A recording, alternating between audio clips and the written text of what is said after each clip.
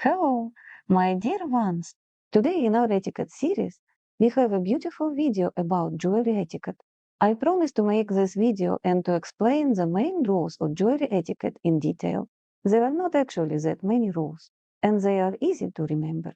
There will be separate videos about dress codes, where you will be able to see in more detail what jewelry is appropriate for each dress code according to etiquette. But let us look at the general rules. Among the general rules, the most important things are always appropriateness for the dress code, elegance, and no excess. What are the main points? First, a lady does not cover her hands with rings. As a rule, more than 2 rings is already too much. 2 rings are appropriate only when you live in a tradition where, when you marry, you exchange rings that are then never removed. That is your wedding band. It is very small, simple, without decoration, and you never take it off.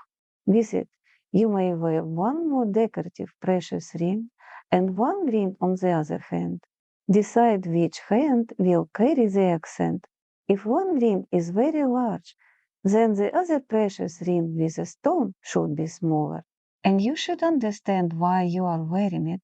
What exactly do you want to say? For example, one ring may have a large, impressive stone, perhaps a ruby.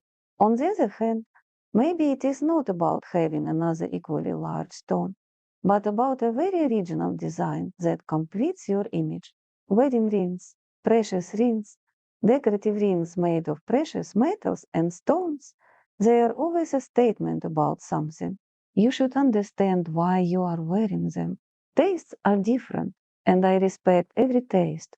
I am simply telling you how it works according to etiquette. If a woman has a pile of huge rings on every finger, she should ask herself, what do I want to tell the world about myself with this? Why am I doing it? Is it really so necessary to hang rings on every finger? Why? As a rule, they begin to clash with one another. The rings compete on one hand from the point of view of etiquette, from the point of view of taste, and often even from the point of view of the minerals themselves, gemstones, minerals, and metals. Not all of them combine well with each other. So what are you communicating when you put a ring on every finger? Especially if the idea is simply the more, the better, and especially if these are not fine jewelry rings. What are you communicating? Why are you doing it? You can absolutely strengthen your image with 2 rings, and with a third only if it is a wedding or church wedding ring that is never removed. This is worth remembering and following. Of course, you may communicate something of your own, but more than 3 rings on both hands together is not a lady style. It communicates something else. It is not refinement. Again, girls, I do not want to offend anyone. I am simply explaining how it is according to etiquette. Ask yourself this question. If you wear many rings, why are you doing it? What are you communicating? What are you trying to prove and to whom? All right, let us move on. Another rule, if you have a chain, a pendant, a necklace, or beads, they should sit either a couple of centimeters, at least 2, above the neckline of the dress or below it so that, as much as possible, they do not fall into the dress. I once filmed an etiquette video and later noticed that the dress had shifted slightly and part of the beads was covered. I did not reshoot it. We are all living people, and I want you to understand that all of us can have little slips. No matter how many years I have studied protocol, taught it, and led master classes on it, even I can have moments like that. But we should aim for this. We should remember it, and ideally, our jewelry should not disappear into the neckline of the dress. The only exception is if you always wear a cross that is meant to be worn next to the skin. In some traditions, it is never taken off at all. It is simply on your body, no matter what. Such a cross is not worn over clothing. In most traditions, it is not worn that way. Perhaps there are traditions where it is, but usually no. It is something that stays on your body. Alright, let us continue. Another very important rule: never create too many accent pieces. If you have a set with a large necklace, the earrings should be smaller. If you have a large statement ring, then the necklace and earrings should not be so loud. There should be one accent. For a dress code such as black tie, there can be two large accents at most, but they should not be too close to each other. For example, large earrings, a small elegant necklace, and a large ring, that is fine. But if you have enormous dangling earrings, a huge heavy necklace, then a brooch below that necklace, then a matching large bracelet, and also a couple of large rings, then, at best, people will perceive you as a Christmas tree.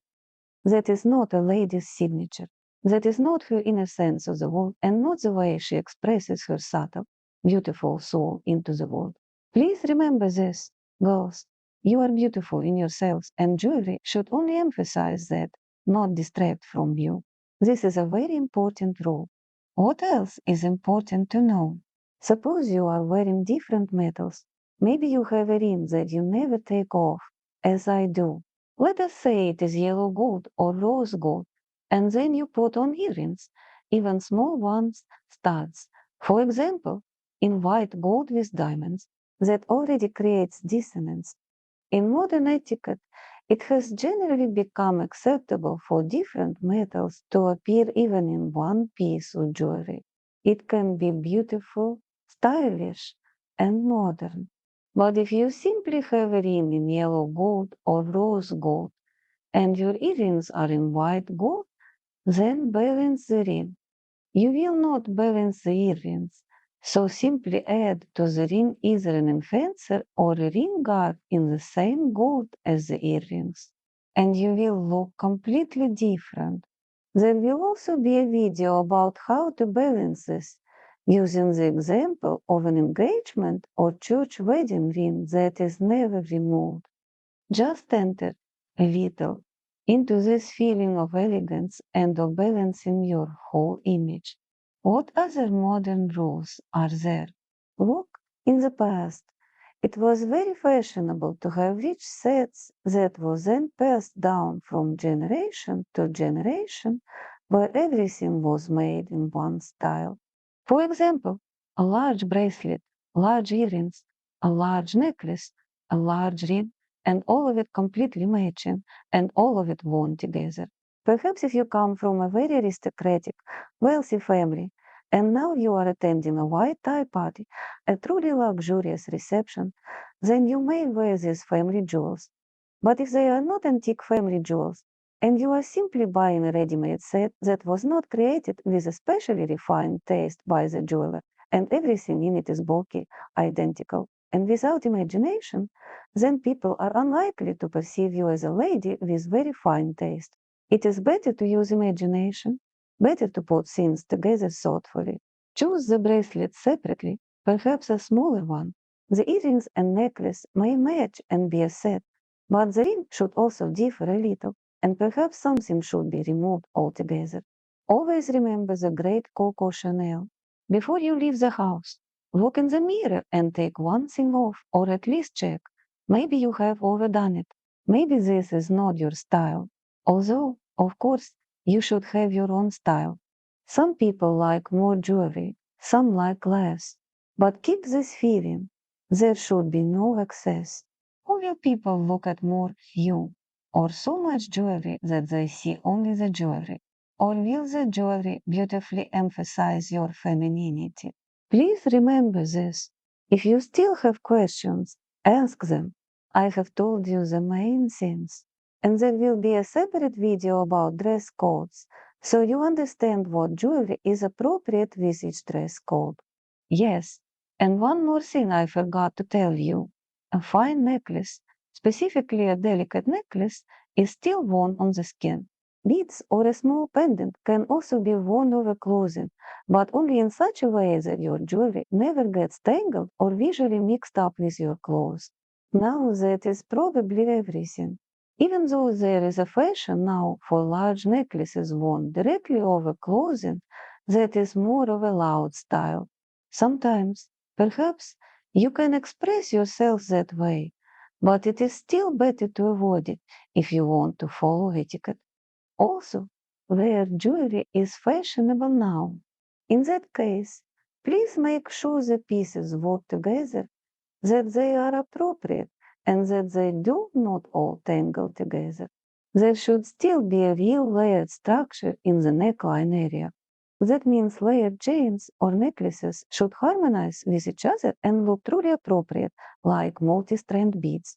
Each row should have its own place. There should be at least about a centimeter between pendant and pendant, chain and chain. It will be beautiful. Definitely, that is all. Our etiquette episodes are released every Monday evening, Pacific time. All right, my dear ones, I love you. Bye bye. Until next time.